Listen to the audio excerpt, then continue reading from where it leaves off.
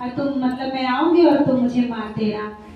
तो व्याध क्या कहता है कि देखो अभी एक और हिरनी आई थी, यही बात बोल के गई है वो भी। उसने बोला कि मैं बड़ी बहन को सौंप के आ जाऊं, तो मैं बार बार ऐसा मौका नहीं दूंगा, पता नहीं क्या पता तुम भी मत आओ। अच्छा, उसके बाद वो भी शपथ लेती है, कहती है कि मैं कसम लेती हूँ, मैं भगवान विष्णु नारायण की कसम लेती हूँ कि मैं अवश्य आऊंगी। और कहते हैं यदि कोई वचन देकर के पलट जाता है तो उसे बहुत बड़ा पाप लगता है। तो जो पाप उसे लगता है और अपनी नवविवाहित स्त्री को त्याग करके जो किसी दूसरी स्त्री के पास जाता है, ऐसे पुरुष को जो पाप लगता है वही पाप मुझे लगे यदि मैं लौट के ना आऊं। और कहते हैं जो भगवान विष्णु का भक्त होकर के शिव की निंदा करता है, या भगवान शिव का भक्त होके जो विष्णु की निंदा करता है, उसको जो पाप मिले वही पाप मुझे भी मिल जाए यदि मैं लौट के ना आऊं, ऐसा बोलती है। तो कहते हैं कि सूची कहते हैं ऐसा बार बार कहने पर वो कहता है कि जाओ मृगी, जल पीकर हर्ष पूर्वक अपने आश्रम में जाओ और जल्दी से लौट कर आना। और दूसरी मृगी के इंतजार में रात का दूसरा पहर भी बीत गया, अर्थात 2 पहर की पूजा कंप्लीट हो गई। अब कहते हैं कि व्याध चकित हृदय से ढूंढ ही रहा था, इतने में ही जल के मार्ग में अब उन दोनों का पति आ रहा है ढूंढते ढूंढते।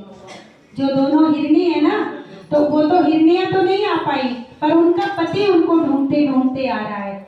और जब बहुत ही हट्टे कट्टे तंदुरुस्त हिरण को आते देखा तो खुश हो गया, बोला चलो कोई बात नहीं, वो दोनों नहीं भी यदि आई तो कम से कम अब ये आ गया, दोनों की कमी पूरी कर देगा, ये बहुत तंदुरुस्त है। खुश हो गया उसको देख करके।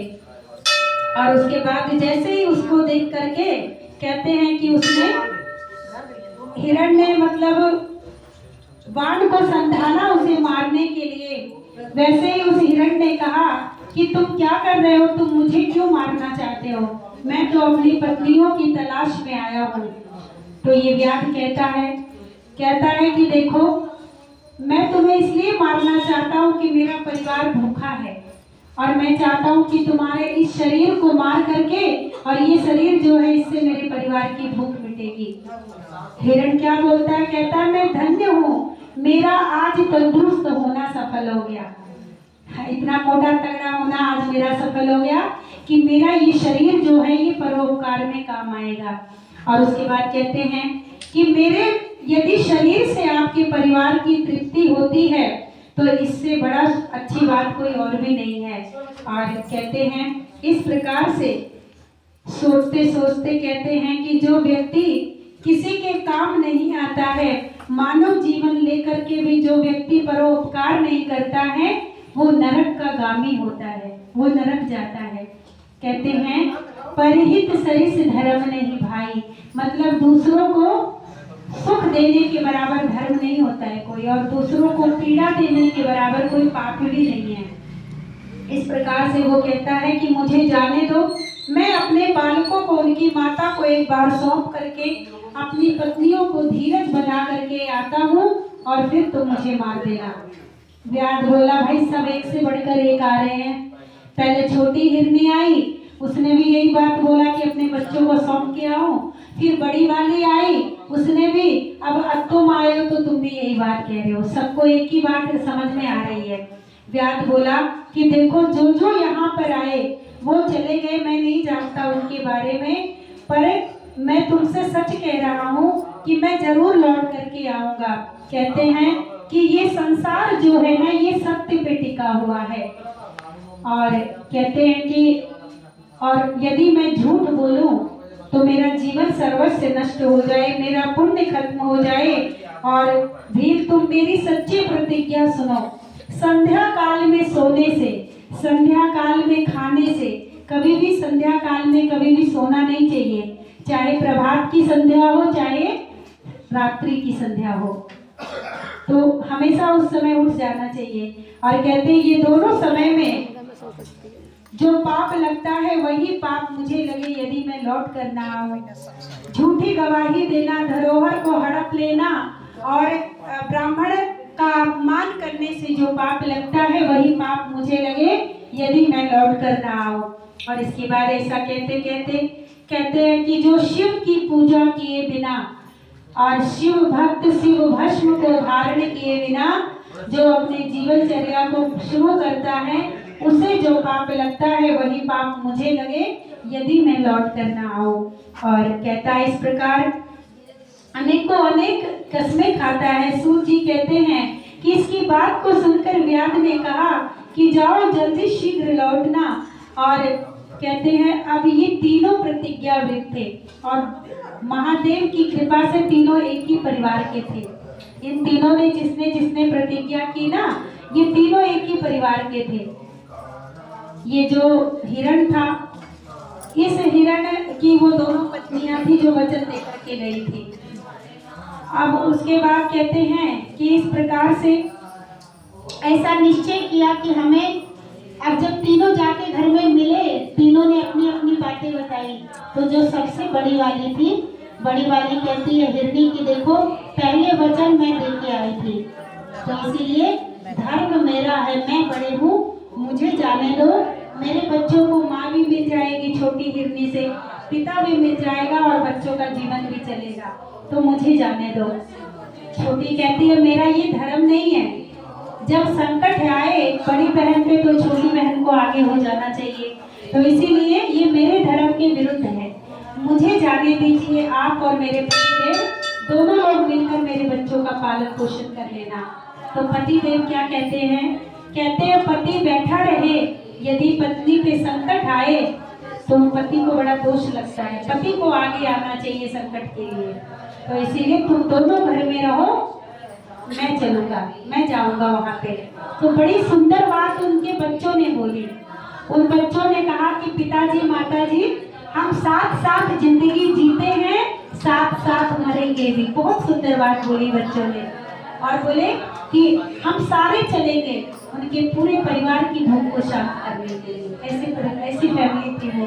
और उसके बाद सब जाते हैं और पूरे परिवार को आया हुआ देख करके मृग अब तो खुश हो गया। और कहते हैं कि जैसे ही उसने वान को संधाना, अच्छा 3 बार तो संधान चुका, ये चौथी पूजा है, 3 बार उसके हो गई ये 3 पहर की पूजा, ये चौथे पहर की पूजा है। जैसे ही वान को संधाना, चौथे पहर की पूजा, जैसे ही जल चढ़ा भगवान भोलेनाथ को, जैसे ही बिल पत्र पढ़ा वैसे ही क्या हुआ उसको ज्ञान हो गया, अखंड ज्ञान दे दिया भगवान ने। और कहते हैं मन उसका निर्मल हो गया। उसके तुरंत मन में एक बात भगवान महादेव ने क्या दे दी कि यदि ये पशु होकर के ऐसा सत्कर्म कर रहे हैं तो मैं मनुष्य होकर क्या कर रहा हूँ, ये मेरे धर्म के विरुद्ध है। मेरा परिवार यदि मरता है तो मर जाए, किसी को मार कर मैं परिवार की भूख कैसे शांत कर सकता हूँ। और कहते हैं ऐसा पाप करने से मेरी क्या गति होगी और मैं किस गति को प्राप्त होऊंगा। मैंने जन्म से लेकर अब तक कोई पुण्य नहीं किया है, कोई हमेशा अपराध ही किया है, और अब मुझे यदि ज्ञान हो गया है तो अब मुझे पाप नहीं करना चाहिए। कहते हैं जहाँ जागो वहीं सवेरा। ये नहीं सोचना चाहिए कि मैंने अब तक पाप किया तो आगे भी पाप ही। जहाँ ज्ञान मिल जाए वहीं से धर्म को शुरू कर देना चाहिए। और कहते हैं कि मेरे इस जीवन को धिक्कार है और मानव जीवन ज्ञान संपन्न होने के बाद भी मैंने कोई ज्ञान का काम नहीं किया। हे मृगो तुम्हारा जीवन धन्य है। व्याध के ऐसा कहने पर भगवान शंकर तत्काल प्रसन्न हो गए। अच्छा जैसे ही व्याध ने ऐसा बोला ना, पूरा जीवन पाप करने वाले व्याध पे भगवान महादेव प्रकट हो गए, खुश हो गए। बोल शंकर भगवान की। और कहते हैं उन्होंने प्रेम से कहा कि भी तुम्हारे व्रत से मैं बड़ा प्रसन्न हूँ। अच्छा जानबूझ के व्रत किया था उसने, उसको तो कुछ मिला ही नहीं था खाने को। अनजाने में पूजा भी अनजाने में हुई थी। बोले मैं प्रसन्न हूँ, वर मांगो। व्याध भी भगवान शिव के उस रूप को देखकर जीवन से मुक्त हो गया। और कहते हैं उसने कहा कि मैंने आपको पाया मतलब सब कुछ पा लिया, कुछ पाना बाकी नहीं है। चरणों में गिर गया।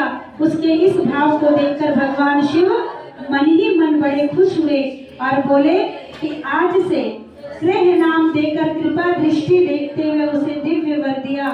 शिव ने कहा कि व्याध सुनो, आज से तुम श्रृंगेश्वरपुर की उत्तम राजधानी के राजा बनोगे और देवता तुम्हारी प्रशंसा करेंगे और मेरे भक्तों पर स्नेह रखने वाले मेरे परम आराध्य भगवान राम तुम्हारे मित्र बनेंगे। निषाद राजगुरु यही थे, यही भीड़ बना और कहते हैं कि और राम एक दिन तुम्हारे घर पधारेंगे। मैंने तो दर्शन दिया ही, विष्णु भी तुम्हारे घर में आएंगे, मित्रता होगी। ये सब मेरी इस सेवा का फल है और इस जन्म के बाद तुम्हारा मोक्ष हो जाएगा।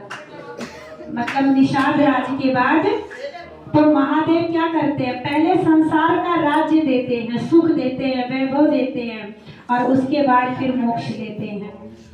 और कहते हैं मृग भगवान शंकर के दर्शन और प्रणाम करके मृग योनि से मुक्त हो गया, दिव्य देहधारी होकर के विमान पर बैठकर शिव के दर्शन मात्र से श्राप मुक्त होकर दिव्य धाम को गया। और तब से उस पर्वत पर भगवान शिव व्याधेश्वर के नाम से आज भी है।